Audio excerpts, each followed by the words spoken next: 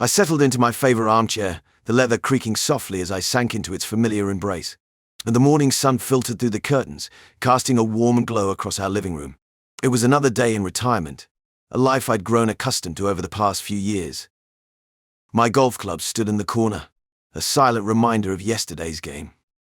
I'd only managed 9 holes before my chest started to tighten. Damned hard. But I wasn't going to let it get me down. There was always tomorrow. I heard Josie bustling in the kitchen, the clatter of dishes and the hum of the dishwasher providing a comforting backdrop to my thoughts. 40 years of marriage, and she still moved with the same energy she had when we first met. Sometimes I envied that vitality. Our life had settled into a comfortable routine. Mornings were for coffee and crosswords, afternoons for golf or gardening, depending on how I felt. Our evenings were spent watching our favorite shows or reading side by side. It wasn't exciting, but it was ours. So we'd earned this peace after years of raising Christine and Leo, juggling careers, and navigating life's ups and downs. I had picked up the newspaper, skimming the headlines without really reading them. My mind wandered to Josie. Lately she'd seemed different. Restless, maybe. I'd catch her staring out the window sometimes, a faraway look in her eyes. But whenever I asked, she'd brush it off with a smile and a quick kiss. Just daydreaming, she'd say, and I'd let it go. After all, what was there to worry about? We had everything we needed right here. The sound of Josie's footsteps pulled me from my reverie. She appeared in the doorway, drying her hands on a dish towel. Her hair was pulled back in a loose ponytail, a few strands escaping to frame her face. Even after all these years, the sight of her still made my heart skip a beat. "So what do you want to do today, Ray?" she asked, her tone light but with an undercurrent I couldn't quite place. I shrugged, gesturing to the newspaper. Thought I might catch up on the news, maybe head to the clubhouse later if I'm feeling up to it. You? She hesitated for a moment, and I saw something flicker in her eyes. Disappointment. Frustration. But it was gone so quickly, I convinced myself I'd imagined it. "Yeah, you know me," she said with a small laugh. "Always something to do around the house. Maybe I'll start on that new book club novel." I nodded, already turning back to my paper. "Sounds nice, dear." As Josie retreated to the kitchen, I couldn't shake the feeling that I was missing something. But what could it be? We had our home, our health, mostly our children nearby. This was the life we'd always planned for, wasn't it? I pushed the nagging doubt aside. Everything was fine. We were fine. This was just how life was supposed to be at our age. Quiet, predictable, comfortable. I should have known the weather'd be bad. The sky had been grumbling all night, rain pelting the windows like it was trying to break in. Yet I went out for my game anyway, thinking I'd get lucky. I needed the time out there, you know? Swing the club, breathe in the morning air, maybe clear my head. But when I showed up at the course, soggy as hell, they told me the game was off, a washout. Should have checked my damn phone before I left, but I never quite got used to relying on that thing. I was irritated, sure. It wasn't a surprise, but still, not how you want to start your day. She headed back home without calling ahead. Josie wouldn't mind. She'd either be in the garden fussing over those damn hydrangeas or curled up with her latest book. We had our routines down so well, it was almost muscle memory at this point. I pulled into the driveway, the house looking peaceful as ever from the outside. I could still smell the wet asphalt mixing with the damp earth. It wasn't something I expected. I didn't sense any storm waiting for me inside. I should have, though. When I opened the door, something wasn't right. An odd quiet sat over the place. I stepped inside, wiped my shoes off like always, and walked into the living room, and there she was, Josie. She was standing with her back to me, staring right at him. Luke. He was young, fit, a guy who probably never skipped a gym day and always made sure he looked easygoing while doing it. His whole stance was casual, too damn calm considering the situation. He didn't even look away, not at first. Just kept standing there like it was his house, only a couple feet from her. Josie didn't see me at first, though something about her body language shifted like she was bracing for something. But she wore that pink silk robe I hadn't seen in years. Not even when things were good. It clung to her, a sharp reminder of how distant I'd been, how much space had come between us without me even noticing. Her face gave her away instantly. She turned, her mouth parting like she couldn't figure out what to say, like her mind had abandoned her and left her stranded in the mess she'd created. The flustered look, one I hadn't seen on her since we were young, and to say it stabbed at something inside me would be an understatement. The air felt thick, like all the oxygen had been sucked out, leaving only raw, uninvited tension. For a moment, I didn't say a word, didn't move. Just stood there, watching the absurdity of it. I couldn't believe my eyes. There they were, Josie and that young man, Luke, lounging on a couch like it was the most natural thing in the world. My blood started to boil, a rage building inside me that I hadn't felt in years. Josie smiled at me, oblivious to the storm brewing within. She even tried to kiss me, as if nothing was wrong. I jerked away, disgusted. Are you out of your mind, Josie? I'd rather not know where your mouth's been. Though I can guess, I spat out the words tasting bitter on my tongue. The air in the room became thick with tension. Josie, seemingly unfazed, introduced Luke as if we were at a neighborhood barbecue. The young man, oozing confidence, had the audacity to extend his hand for a shake. "So nice to meet you, old-timer," he said with a smirk. "Josie's told me all about you." So I clenched my fists, fighting the urge to wipe that smug off his face. Instead, I growled, "Get out of my house, and if I see you here again, I'll kill you." Luke's cocky demeanor faltered for a moment. He glanced at Josie, who nodded slightly, and then slunk out of the house without a word. As the front door closed behind him, Josie followed me into our bedroom. She cinched her robe tighter, as if suddenly aware of her state of undress. But there was no shame in her eyes, just annoyance. "Ray, that was uncalled for," she said. Her tone clipped. "You didn't have to be so rude." I whirled around, incredulous. "Rude? I walked in on you with some guy you just slept with, and I'm the rude one." Josie's expression softened, and she reached out to touch my shoulder. I flinched away, unable to bear her touch. "Ray, please," she said, her voice taking on a placating tone that only fueled my anger. "Do you have to understand? Our relationship, it hasn't been enough for me. Luke, he fills a gap." The implications of her words hit me like a punch to the gut. "How long?" I demanded, my voice barely above a whisper. Josie sighed, looking almost bored. "A while now. Those Saturdays when I insisted on changing the sheets, that's when Luke would come over." So I felt sick. All those times I'd been out golfing, thinking Josie was just being her usual fastidious self with the housework. The betrayal cut deep, leaving me raw and exposed. "How could you do this?" I asked, my anger giving way to a deep, aching hurt. Josie's response was unnervingly calm. "It works for both of us, Ray. You have your golf, I have Luke. We can still keep up appearances. No one needs to know." I stared at her, unable to comprehend the coldness in her voice. This woman, who I'd loved and cherished for decades, was suggesting we live a lie, that I should just accept her infidelity and carry on as if nothing had changed. "Do you expect me to just pretend everything's fine?" I asked, my voice hoarse with disbelief. Josie shrugged, her green eyes devoid of any real emotion. "Why not? It's not like we've been truly happy for years, Ray. This way we both get what we need." Her callousness stunned me into silence. I realized then that the woman I thought I knew was gone. In her place stood a stranger, someone who could dismiss our years together as easily as discarding an old newspaper. As I stood there, grappling with the cold reality of Josie's betrayal, I felt a part of me die.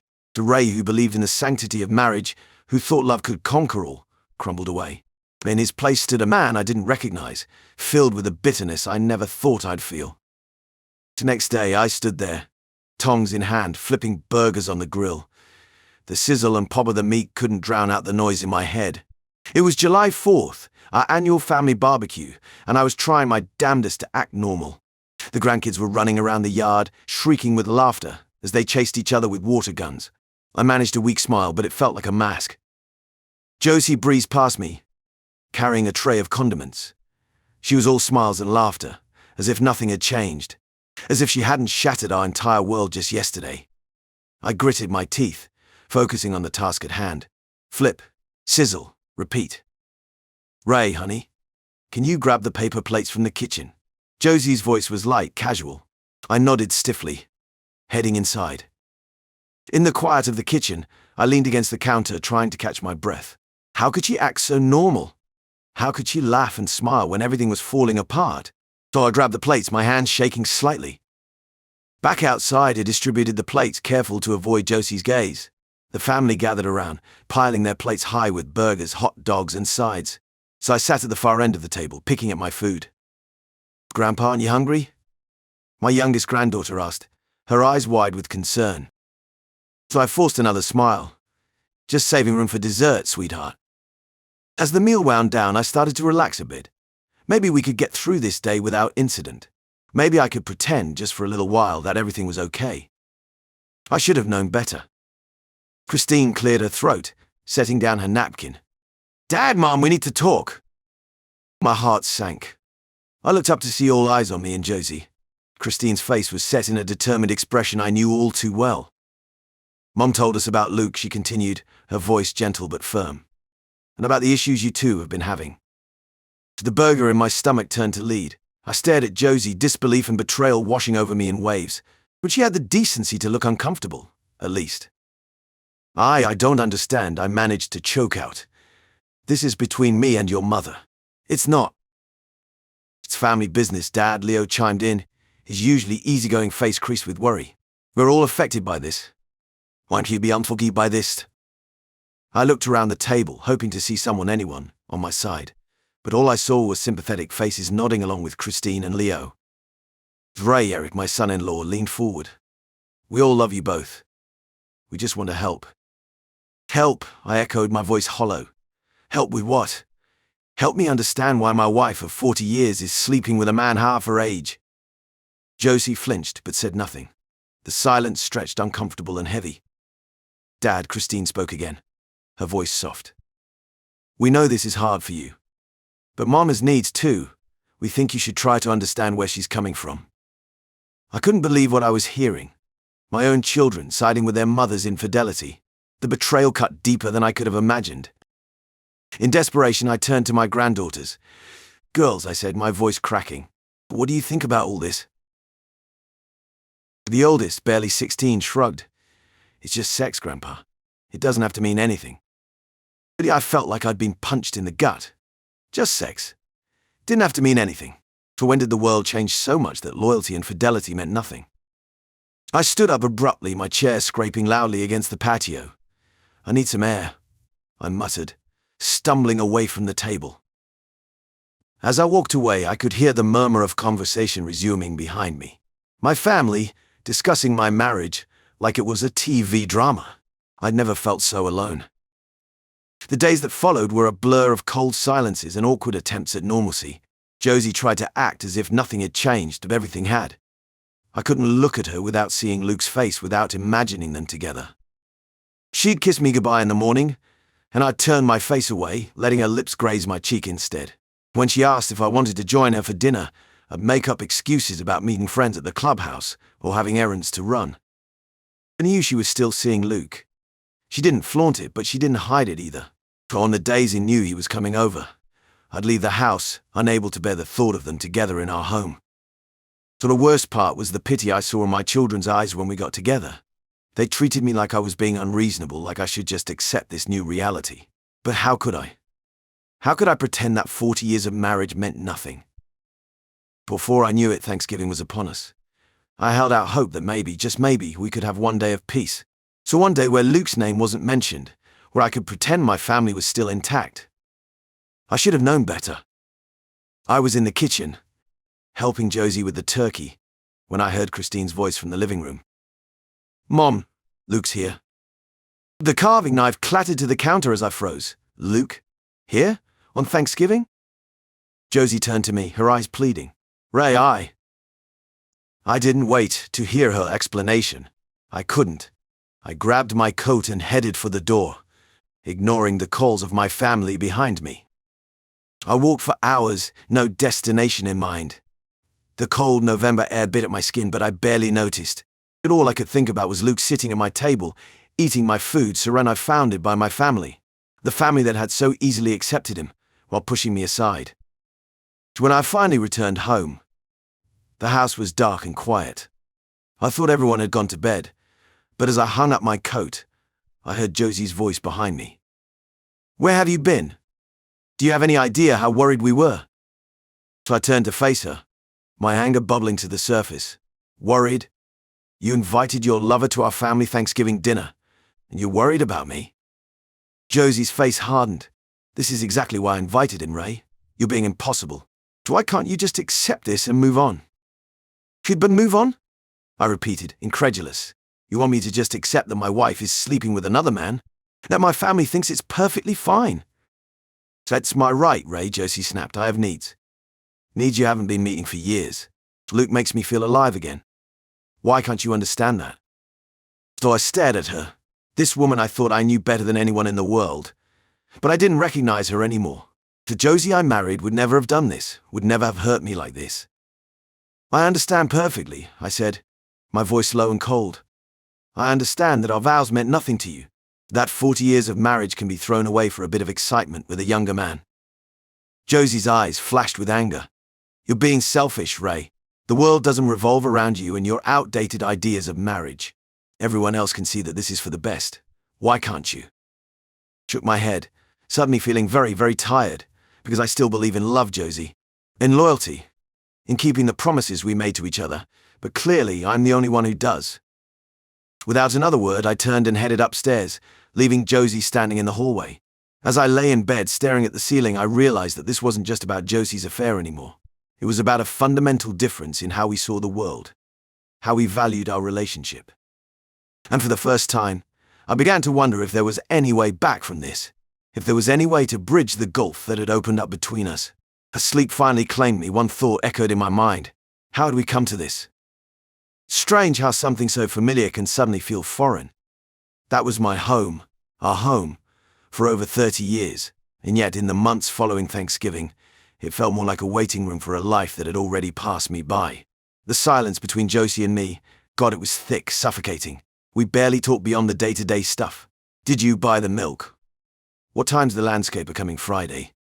All these pointless little exchanges, keeping up the pretense that they're more normal than they were. But both of us knew there was no going back. Not really. I threw myself into hobbies, woodworking, reading, the occasional poker night at the clubhouse. But it didn't make the evenings any easier. I'd sit in my armchair pretending to be lost in a book while Josie read her book club novel across from me, though something told me she hadn't cracked its spine once. There'd be soft clicks now and then, her texting someone. Likely him. Luke, what a joke. The whole situation was a fucking joke, but my family didn't see it that way. No, they had decided this was just another one of those modern developments, like ordering groceries, online or streaming TV shows. Casual adultery. Just another sign of the times, right? Christine, always trying to keep the peace, suggested I look at things from Josie's perspective. So it's not that she didn't care about me, no. She just needed space. Needed something beyond our predictable life. Excuse me, if that was the first time I'd heard needing space meant screwing a man half your age and bringing him to family gatherings without so much as an awkward pause. And Leo. Too passive to say anything that might make waves. He'd sip shittily brewed coffee and nod if anyone asked how things were going, as if staying quiet would somehow come in all from blowing up in his face. Thing is, no one seemed to ask how I was doing. Not that I expected anyone to burst into the house with, "You all right, Ray?" But still, someone could have said something. I knew I should have been angrier. Or maybe I was angry all along, I don't know. I think I just felt defeated. Josie didn't see it this way, though. She figured I'd eventually get over it. That good old Ray, loyal husband, devout father, would swallow it all like a bitter pill and adjust to modern times. She had no idea how much I simmered beneath it all, how the disappointment swirled inside me and grew darker every day. It all came to a head around Christmas. I had this mad idea in my head that maybe, just maybe, I could salvage something.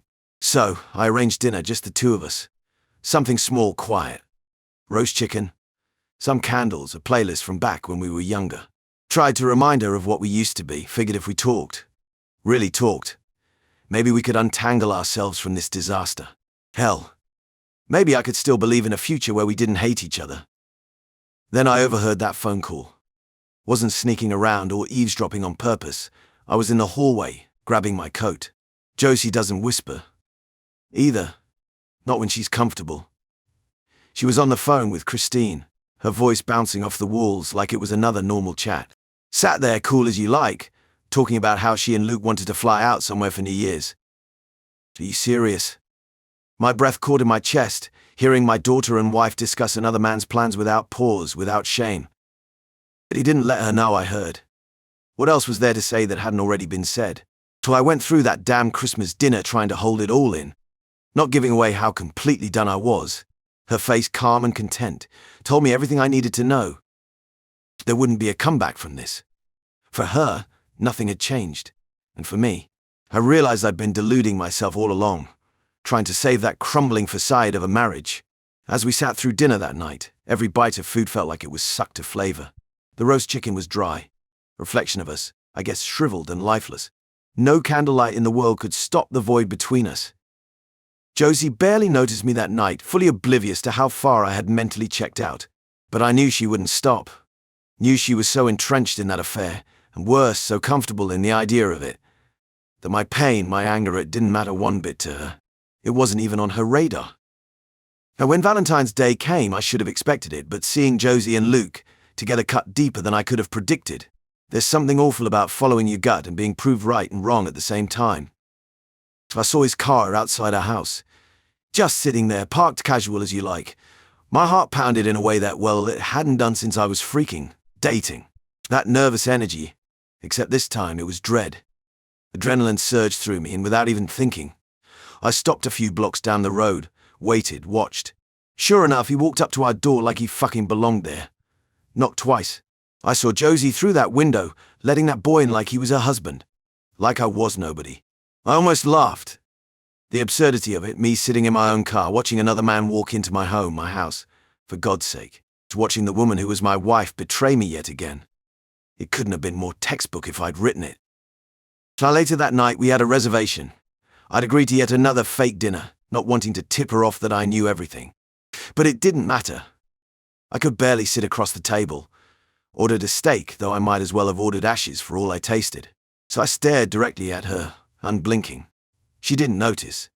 It was that clearer than ever realization that cut through me. She wasn't stopping. I couldn't make her stop. And worst of all, she didn't care. I was done.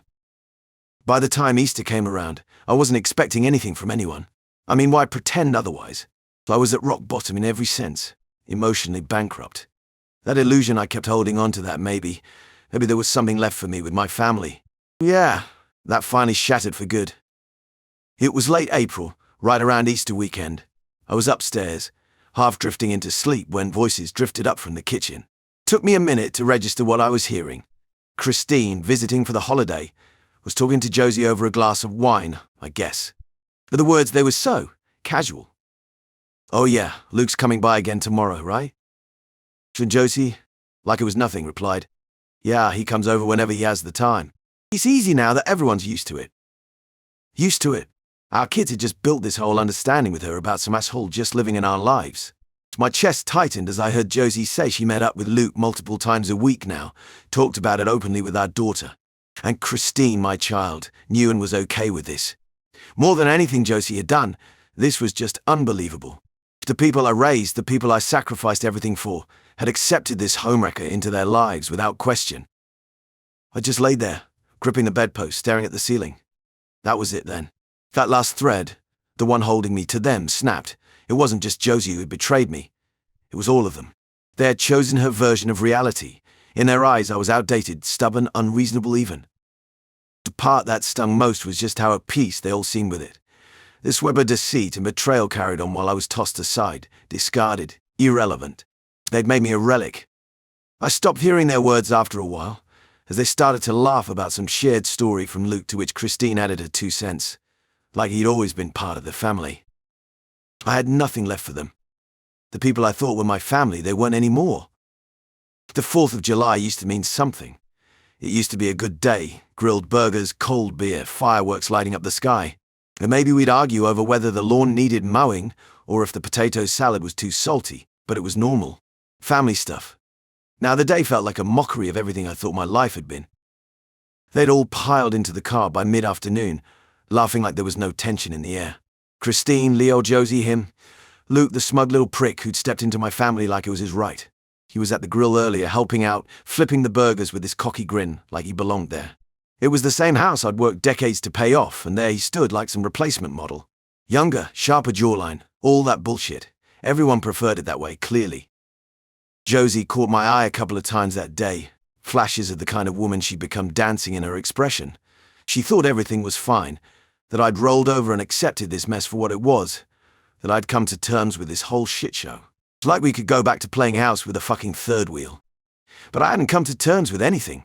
I'd spent the last year taking stock, right under their noses, watching as they twisted the screws tighter, while I pushed down all that bile rising in my gut. There was nothing left of the man I'd been, a provider, a family man. That Raymond, he was long dead. So when they laughed their way out the door, I stayed behind. I told them I watched the house, wasn't really feeling up to crowds. Josie smiled, waved it off like it didn't matter. We won't be gone too long, she chirped. God, that fucking voice grated on me, every word soaked in this new laid-back nonchalance. Like she wasn't sleeping with someone half her age in the bed we'd shared for more than 30 years. 30 fucking years! So I watched through the window as their car pulled away. Christine's head tilted back, windows down, hair waving in the wind. Luke behind the wheel, naturally. Everyone had fallen into line so easily, like this was just the way things were. To Leo in the back, scrolling through something on his phone, completely checked out. It was a mockery of the life I'd built, the family I thought I had. Watching them pull away was like that final nail slamming into the coffin. So I sat in silence for a while, not moving, not thinking too hard about anything except that hollow, familiar ache in my chest, the one that'd been there since I realized I didn't have a family anymore. So then I stood up, my legs stiff but my mind clear as ever. I'd already decided I wasn't living in this sham anymore. So I pulled my old duffel from the closet, dusted off and cracked from years just sitting up there, ignored. Start with the basics, clothes. A few old ball caps, a sweater in case it got cold at night. Drawed up an old University of Michigan sweatshirt, just for the memories. Not that those memories meant much anymore. But I'd need something to keep me warm wherever the hell I ended up. Passport, of course, was already ready. 3 cards, only 2 still active, the ones Josie had access to I'd already cancelled. Closing down accounts didn't take as long as I thought it would. And I even left enough in one to make sure she wasn't left completely high and dry. I'm not cruel, despite whatever they might have decided about me. I didn't leave much. Clothes, a couple of old albums that didn't fit in the suitcase. It wasn't like I wanted to take anything that reminded me of this wreck. Just enough to get by. To the whole time, the clock kept ticking in the background, closer to when they'd come back from their little day of celebration, laughing at the fireworks, not even in what was happening right under their noses.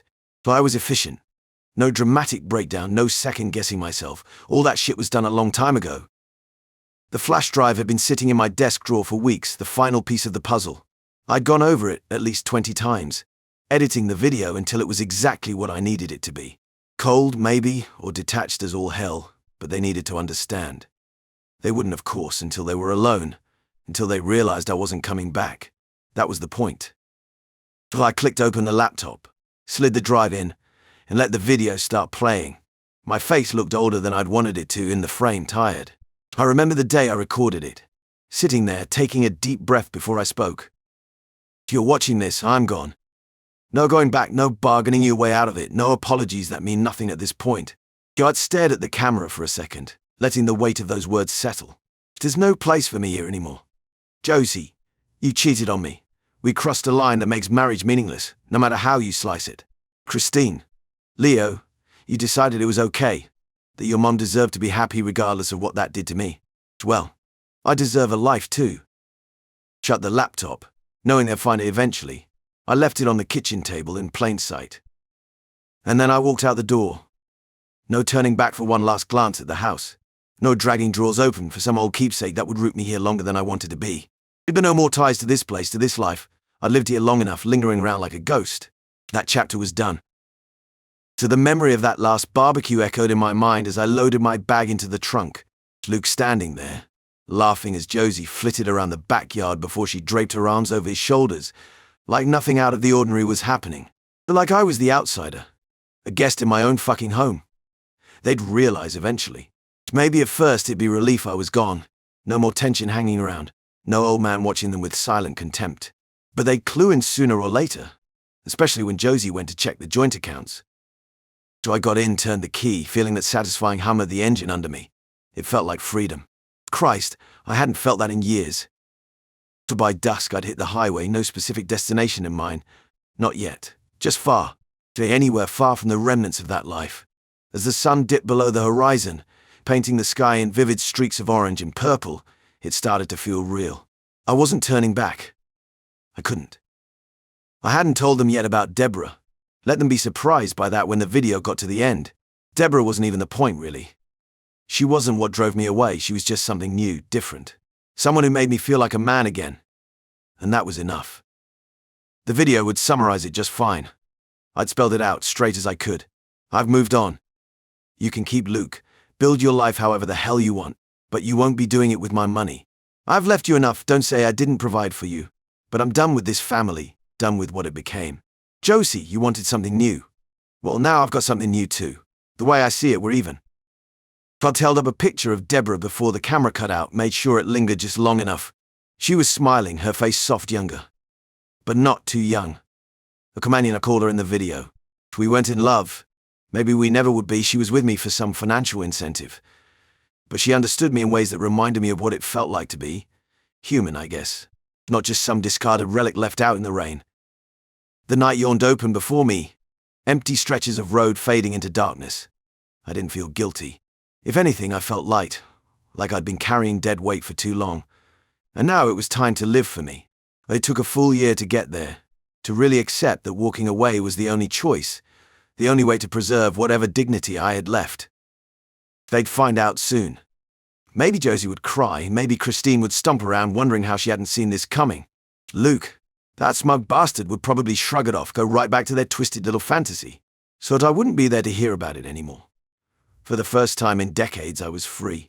Hey everyone, if you enjoyed the story, remember to like, subscribe, and comment on the video for more stories like this. Don't forget to turn on notifications so you never miss an update. If you have any similar stories to share, leave them in the comments and we'll make sure to bring them to life. Thanks for watching.